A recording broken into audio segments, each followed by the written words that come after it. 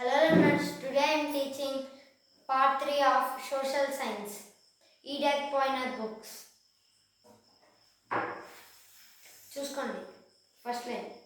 The National Congress wanted Indians to have a greater role in governing their own country. All India కోసం అని పోరాడుతున్నారు. Indian National Congress. Some of these political reformers were Dada Bhai Naroji, Gopal Krishna Gokhale, and Surendranath Banjira, Bala Gandhar Tilak, Bipin Chand Pal, and Lala Japat Rai. కొంతమంది political stream of reformers కూడా ఐఎన్సీలో పాల్గొన్నారు. The INC slowly became very strong. INC అనేది చాలా బలంగా అవుతుందన్నమాట, కొద్దిగా నిదానంగా. The growing of popularity of the INC worried the British government. British వాళ్ళని చాలా భయపట్టింది. ఐఎన్సీ చాలా బలంగా అవుతుంటే, డెవలప్ అవుతుంటే. The government made many strict laws and used the policy of divide and rules to suppress nationalism. Nationalism అవి ఇవి అని చెప్పి మన ఐఎన్సీని డివైడ్ చేసేవాళ్ళు. చాలా కఠినమైన రూల్స్ కూడా పెట్టేవాళ్ళు. The British tried to divide Bengal into two parts on the basis of religion. బెంగాల్ని మతపరంగా దూరం చేయాలి అనుకుంటున్నారు. The British in an effort to suppress the Indian people, మన ఇండియా పీపుల్ని భయపెట్టడానికి చూస్తున్నారు. Did one injustice after another people. వాళ్ళ నాయకత్వం లేక వాళ్ళు చాలా బాధపడుతున్నారు. People join their leaders and government for freedom. Leaders అందరూ ఉంటారు కదా గ్రూప్కి, అలా చాలామంది ఫ్రీడమ్ కోసం వెళ్ళేవాళ్ళు. Became strong day by day. వాళ్ళు చాలా స్ట్రాంగ్గా మారేవాళ్ళు. ప్రతిరోజు చాలా ధైర్యంగా, శక్తికరంగా మారేవారు. The first major movement was the Swadeshi Andolan. First movement ఏది జరిగిందంటే Swadeshi Andolan. The aim was to popularise Indian goods against those manufactured by the British factories.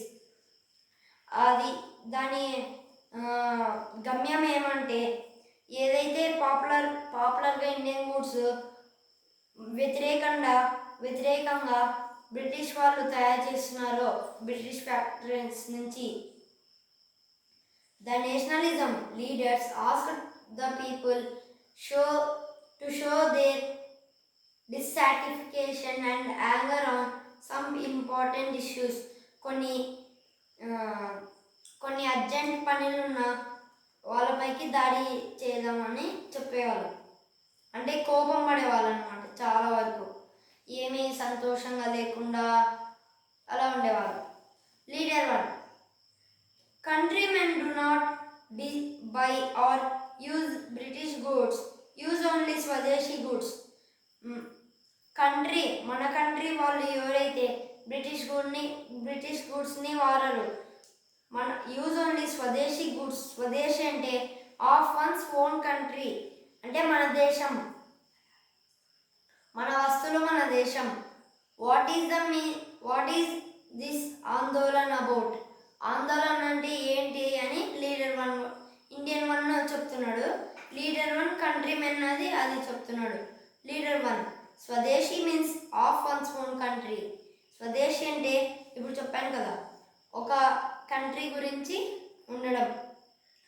We should use goods that are made in India by our people. మన దేశం నుంచి మన మనుషుల నుంచి తయారు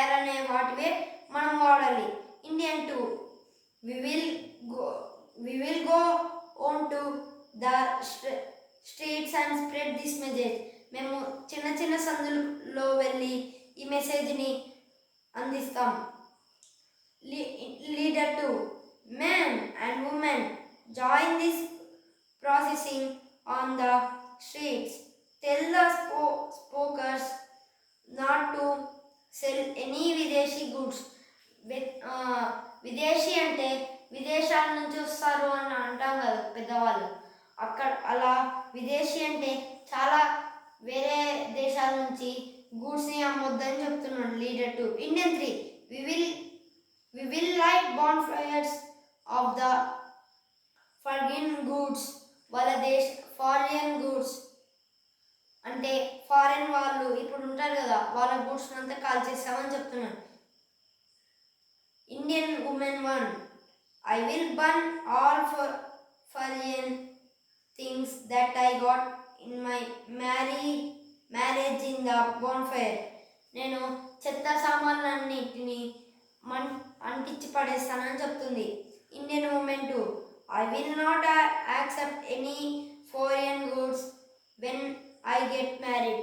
నేను పెళ్లి చేసుకున్నప్పుడు విదేశీ గూడ్స్ని నేను తీసుకోనని చెప్తుంది. Leader 3, make your own khadi cloth at the home and wear it. Khadi అంటే ఒక పట్టు, ఆ పట్టుని ఇంట్లోనే తయారు చేసుకొని వేసుకోండి అని చెప్తున్నారు. ఆల్ పీపుల్ అందరు అంటున్నారు.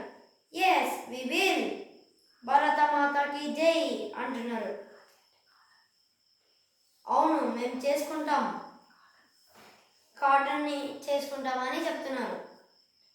It was a very successful movement. ఇది చాలా అభివృద్ధి చెందింది. The British tried to stop the protest. British వాళ్ళు దాన్ని ఆపాలని చూసేవారు. People were beaten and many leaders were sent prison. చాలామంది జైల్లో పడారు, కొట్టారు కూడా వాళ్ళని. But the people did not give up. వాళ్ళు అస్సలు వదిలిపెట్టలేదు. Things were not so easy for the British. వస్తువులు అంటే వాళ్ళకి ఈజీ కాదు.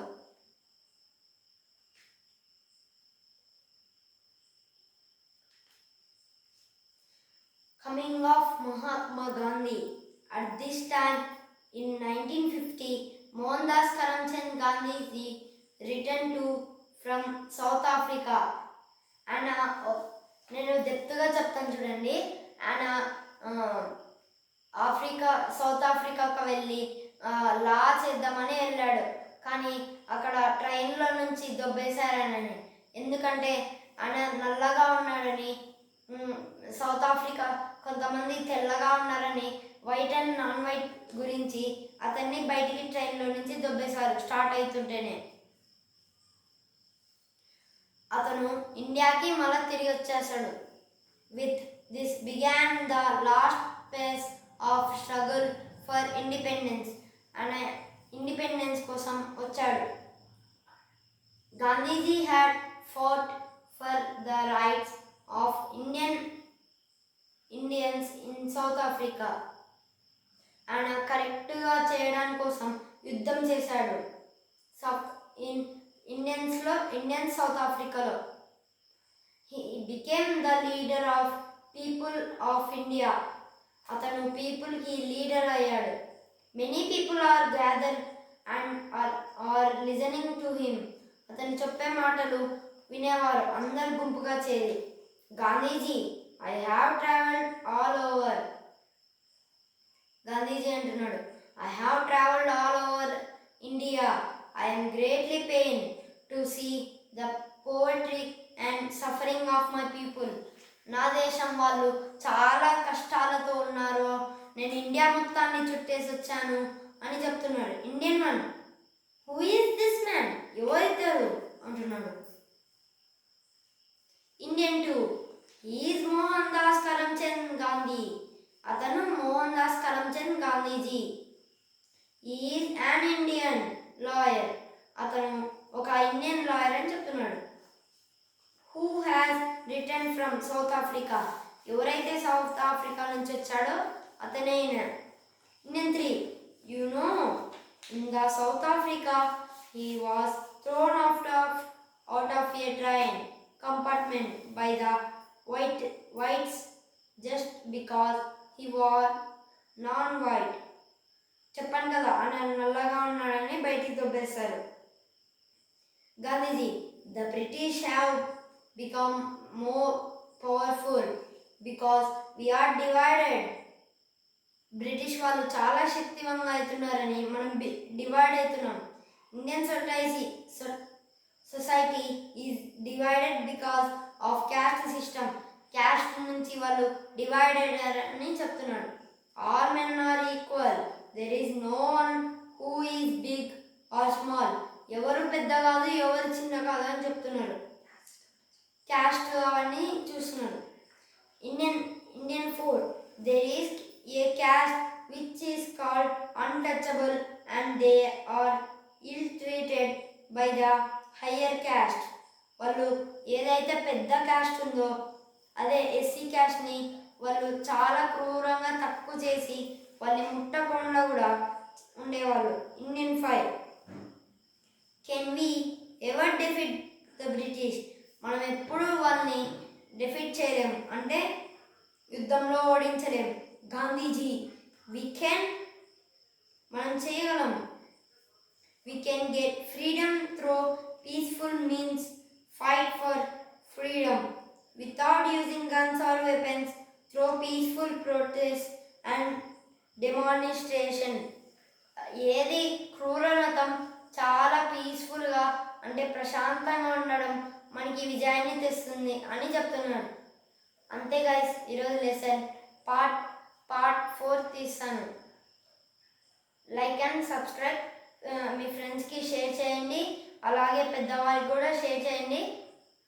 నా వీడియోస్ని బాగా సబ్స్క్రైబ్ చేయండి. Thank you. Like and subscribe.